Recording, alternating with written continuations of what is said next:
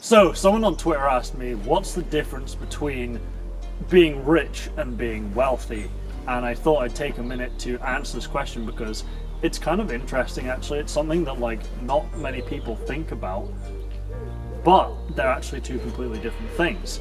So being rich is basically just having a lot of money or a lot of income, and that's not necessarily all that good of a thing. Of course, it's better to be rich than to not be rich, but it's not really the goal. It's not really where you want to end up, because the best example I can give you is being rich is like having a Lamborghini on finance, right? It's like, sure, you have a Lamborghini, but if your cash flow dries up, you're kind of screwed, right? You're still paying monthly installments, all this kind of stuff.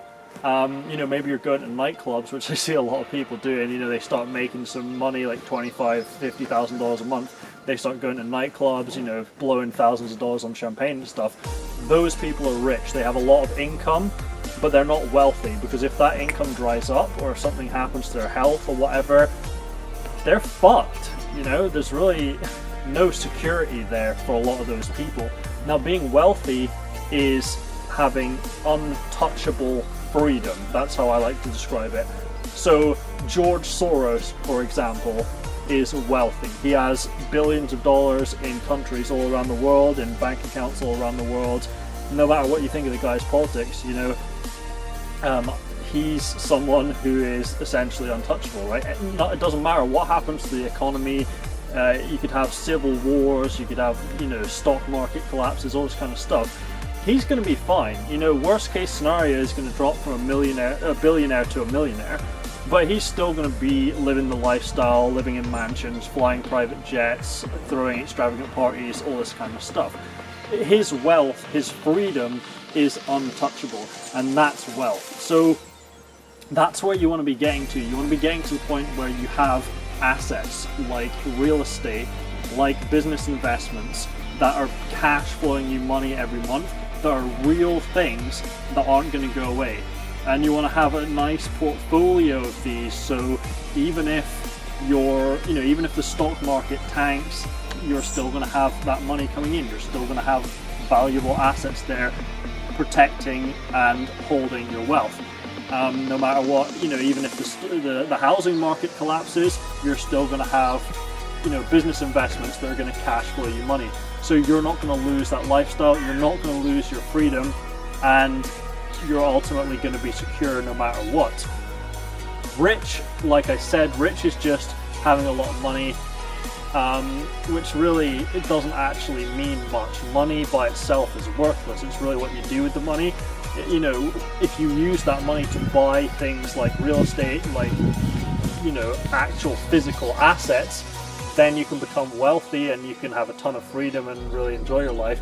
If you just use that money to squander it and waste it, then at some point the money is going to dry up. There's virtually no kind of business on the world that just makes bank in perpetuity, unless you are involved in some kind of billion-dollar corporation like Northrop Grumman or BP or one of these other huge oil companies like ExxonMobil or something, like some massive corporation. If you're just a dude who's like running a small business, most of those have kind of like a shelf life. Now, if you break out of that small kind of business mindset and you get into like the enterprise level, at that point you can kind of think about things a little bit differently, but by then you're going to be accumulating wealth anyway, so you're going to be moving into that wealth category really ideally no matter what. You'd have to be really, really dumb not to make those decisions and to move into that wealth category.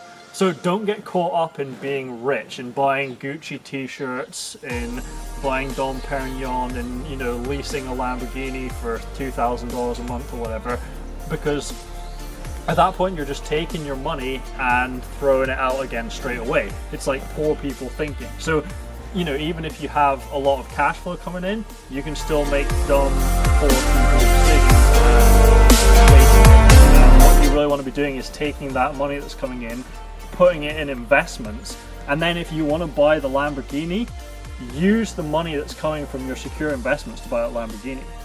Okay, instead of taking your main source of cash flow and spending that, invest that, and then use the investments to buy your cool toys.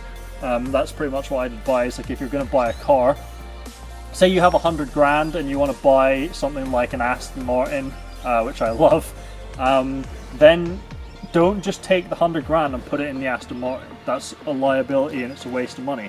What you want to do is take that 100 grand, leverage it, buy a couple of rental properties, and then rent those apartments out. And you can use a letting agent, so you don't even have to do any work, which is what I'd recommend doing.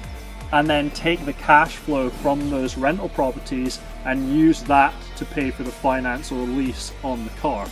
And now you still have the money, right? The 100 grand isn't gone. If you just buy the car, you're taking the 100 grand, it's gone. It's gone to the car dealer. But if you take that 100 grand and you put it in an investment, you still have that 100 grand, but now it's cash flowing you money. It's actually generating you more money, and you get the car as well. That's the smart way to do it. That's how wealthy people think.